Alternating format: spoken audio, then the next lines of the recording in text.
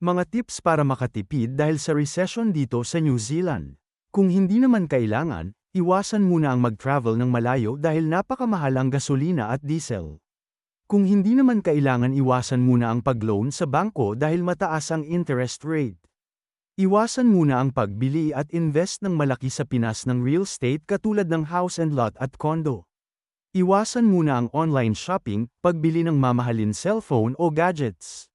Limitahan ang pagpapadala ng pera sa kamag-anak sa Pilipinas. Kung nagtitipid kayo dito sa New Zealand, dapat magtipid din sila sa Pilipinas. Dahil kayo ang nagtatrabaho at sila humihingi lang. Iwasan muna ang pagkain sa mga restaurant at fast food. Iwasan muna ang pag-resign kung hindi ka na happy sa trabaho mo. Dahil halos lahat ng kumpanya sa New Zealand apektado ng recession, tiitiis muna. Magtipid sa paggamit ng tubig at kuryente. Kung mag-grocery, iwasan ang pagbili ng sobra